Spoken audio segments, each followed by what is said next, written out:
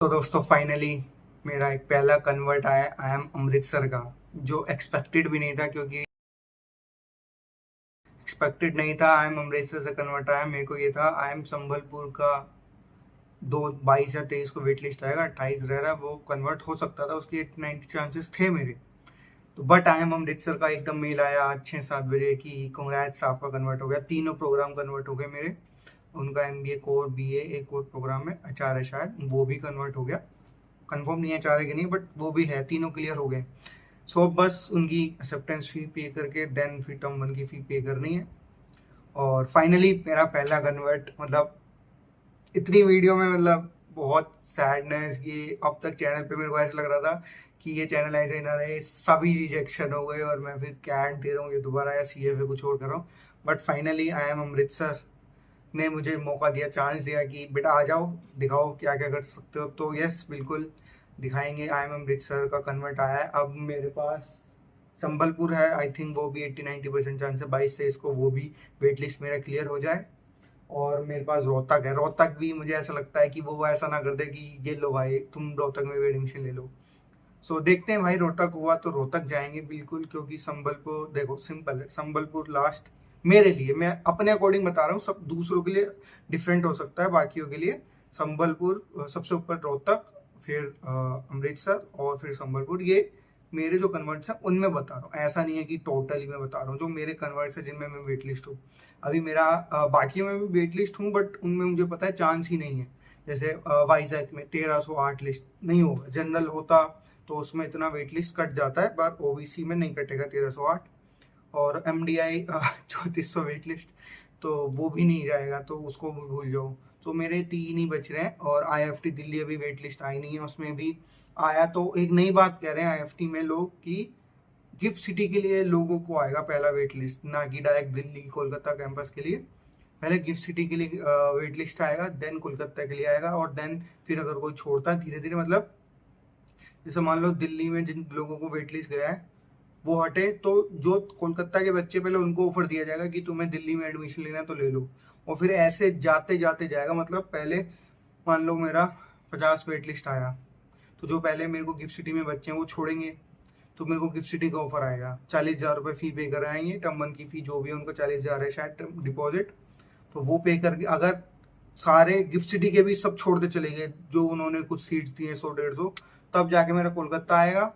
और कोलकाता वाले ने भी छोड़ दी सारी सीट्स, तब जाके मेरा दिल्ली आया। मुझे ऐसा लगता है कि ऐसा होगा, कंफर्म नहीं हूँ ना मैं श्योर हूँ, बट बच्चे ऐसा बोल रहे हैं ग्रुप्स वगैरह में, जो डिस्कशन ग्रुप्स हैं उसमें ऐसा बोल रहे हैं। अब क्या सच है क्या गलत है क्या पता, तीनों कैंपसेस के लिए अलग अलग वेटिंग लिस्ट निकाले, दिल्ली के लिए अलग निकाले, कोलकाता के लिए अलग निकाले, और गिफ्ट सिटी के लिए अलग निकाले। तो होना तो ऐसे चाहिए कि अलग अलग निकलनी चाहिए, और जिसका अगर तीनों में वेट लिस्ट है तो तीनों में डाल दो ना, वेट लिस्ट क्लियर है।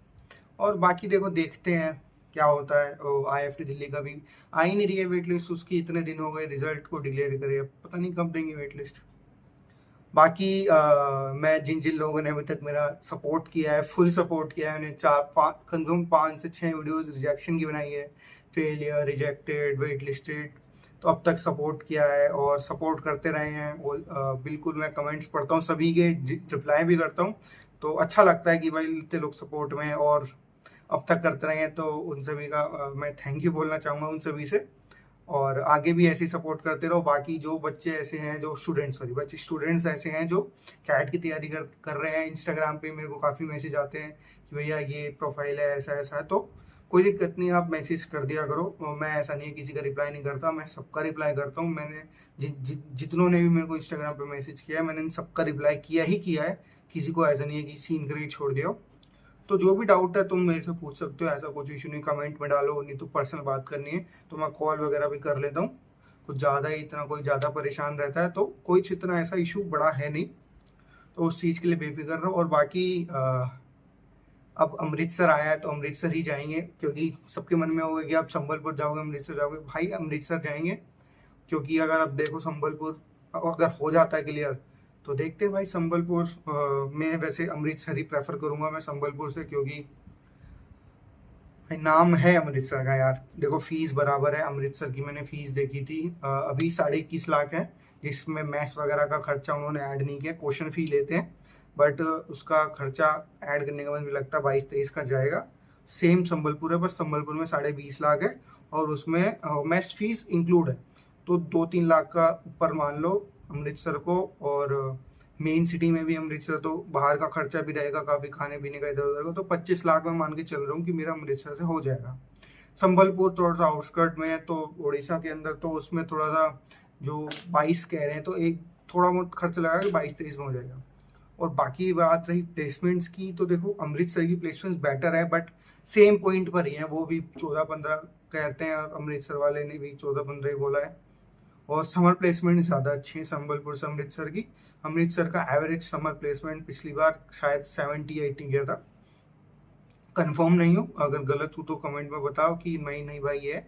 पर संबलपुर का और भी कम है, संबलपुर का 40-50 ही है, तो ये कंसर्निंग है समर प्लेसमेंट्स का। और बाकी देखो हर कॉलेज इसमें रहते ही हैं अनप्लेस्ड बच्चे, 10 से 12% आप लगा के चलो हर साल रहते हैं। आप रिपोर्ट्स पढ़ोगे, ऑडिटेड रिपोर्ट, जैसे अमृतसर ऑडिट रिपोर्ट मैंने पढ़ी, तो उसमें था कि ऐसा लिखते हैं कि ये स्टूडेंट्स जो हैं मतलब इंटरेस्टेड नहीं थे। जैसे 300 का बैच है, तो 270 बच्चे इंटरेस्टेड थे प्लेसमेंट्स लेने के लिए।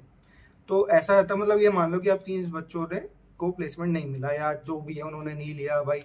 बहुत होते भी हैं कि 3-4 बच्चे ऐसे भी होते हैं कि मुझे नहीं चाहिए प्लेसमेंट।